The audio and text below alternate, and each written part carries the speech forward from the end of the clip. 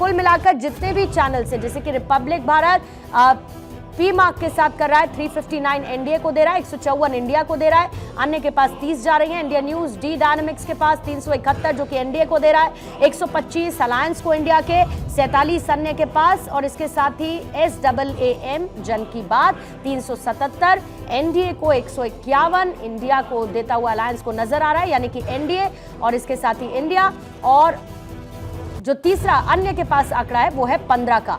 अब Republic TV और matrix 361 दे रहा है एनडीए को। पहले मैं एनडीए अलायंस को जो नंबर्स दिए गए हैं वो आपके सामने रख देती हूं। फिर न्यूज नेशन दे रहा है 360 और इंडिया न्यूज पोल स्ट्रेट 371 दे रहा है।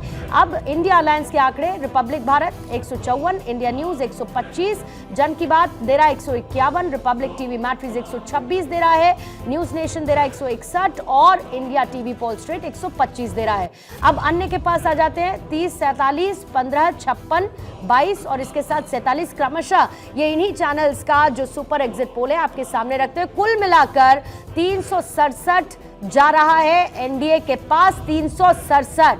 ये नंबर इंपॉर्टेंट है एग्जिट पोल का। कुल मिलाकर 543 सीटों के लिए सुपर एग्जिट पोल 367 दे रहा है एनडीए को, इंडिया अलायंस को 140 और 36 दे रहा है अन्य को। 140 नंबर है इंडिया अलायंस के बाद, आपने सुना होगा 295 तो श्योर शॉट और 300 प्लस की बात अलायंस कर रहा था, तो 400 पार की बात एनडीए के लिए की गई थी और 367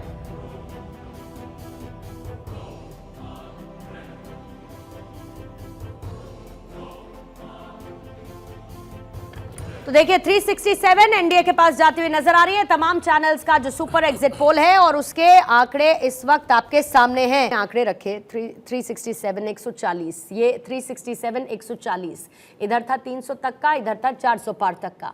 अब ये जो सारे चैनल्स का सुपर एग्जिट पोल है, जाहिर है कि एक के लिए उम्मीदों से बहुत कम है और एक के लिए उम्मीदों के बहुत करीब है। देखिए, अगर इसको मोटे आधार पर अगर आप देखें तो भारतीय जनता पार्टी ने 2019 में 303 सीटों पर जीत हासिल की थी।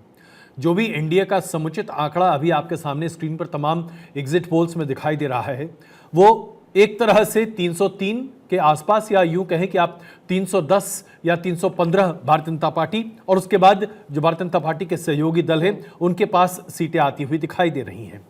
जैसे ही इस आधार पर आप चर्चा करेंगे तो जाहिर सी बात है इंडिया अलायंस के पास, या फिर वो गठबंधन जो इंडिया अलायंस के अलग होकर भी चुनाव लड़ रहे हैं, उनके पास 150 से ज्यादा सीटें आने की आशंका कम ही दिखाई देती है। तो कुल मिलाकर यह स्थिति लगभग 2019 के आसपास पहुंच रही है, जहां पर 370 के आसपास एनडीए का आंकड़ा था 2019 में, और लगभग वहीं पर तमाम एग्जिट पोल भी आंकड़े दे रहे हैं अभी। लेकिन जो एग्जिट पोल्स हैं उनमें से जिन लोगों ने राज्यवार एग्जिट पोल्स देना शुरू किया है, उनमें से किसी ने भी उत्तर प्रदेश, बिहार, बंगाल और महाराष्ट्र के स्टेट वाइज आंकड़े सामने नहीं रखे हैं। इसलिए क्यूमुलेटिव डेटा एक अलग मसला है, लेकिन जैसे ही आप स्टेट वाइज निकल कर आते हैं तो अलग तस्वीर निकल कर आती है। जैसे कि छत्तीसगढ़ 10 से 11 सीट, वहां पर अपने आप में यह बहुत बड़ी बात होगी। भारतीय जनता पार्टी ने अगर अपने 2019 के परफॉर्मेंस को दोबारा दोहरा दिया तो फिर यह पूरी तरीके से मामला अलग होता दिखता है। बिहार का आंकड़ा जो एबीपी का निकल कर आया, जो मैंने देखा, 31 के आसपास एनडीए गठबंधन को बिहार में सीट मिलती एबीपी दिखा रहा है। अगर 31 सीटें एनडीए को मिल रही हैं तो नुकसान हो किसका रहा है? देखिए, हम यहां पे ये मान रहे थे कि बिहार में सबसे जातीय आधार पर मतदान हुआ। बिहार में गठबंधन जो था, जो कि अलायंस था, वो एनडीए अलायंस के खिलाफ काफी मजबूती से चुनाव लड़ रहा है और MY समीकरण और तमाम जातीय समीकरण काम कर रहे हैं। अगर जातीय समीकरण काम कर रहे हैं तो फिर 31 का आंकड़ा संभव नहीं है, और अगर 31 का आंकड़ा संभव है तो इसका मतलब कि प्रधानमंत्री नरेंद्र मोदी का चेहरा चला। तो जो इस तरह के आंकड़े हैं ये आपको बताएंगे कि कहां किसका आंकड़ा चला, किसका जादू चला। प्रधानमंत्री नरेंद्र मोदी की छवि इसका मतलब इतनी स्ट्रांग है कि एक ओवरराइडिंग फैक्टर, देखिए इस पूरे चुनाव में हमने अभी तक किस बात की चर्चा की, आप किसी भी एनालिस्ट को उठाकर देख लीजिए, हर किसी ने कहा this is a no wave election.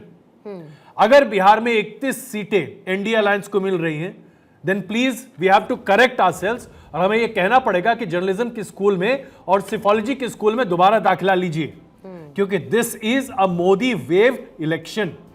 इसको कहने में कोई गुरेज नहीं होना चाहिए किसी को। इसका मतलब कि 300 के पार का आंकड़ा बीजेपी के लिए तय मानिए, और यह भी तय मानिए कि फिर बहुत बड़े एक परिवर्तन की तरफ देश बढ़ेगा। तो ये आंकड़े अपने आप में बहुत सारी चीजें बदल देंगे, तमाम डेफिनेशंस बदल देंगे, क्योंकि अगर भारतीय जनता पार्टी और एनडीए 325 या उससे ज्यादा की सीटें लेकर आ रही हैं, तो फिर इसका मतलब इस देश में कोई एंटी इनकम्बेंसी थी ही नहीं, कोई जातीय आधार पर मतदान हुआ ही नहीं। सिर्फ और सिर्फ प्रधानमंत्री नरेंद्र मोदी के चेहरे पर चुनाव हुआ, उनके खिलाफ एक गुट खड़ा हुआ, वो गुट उनके चेहरे पर दाग नहीं लगा पाया, और जो दाग लगे वो बड़े आसानी से धुल गए।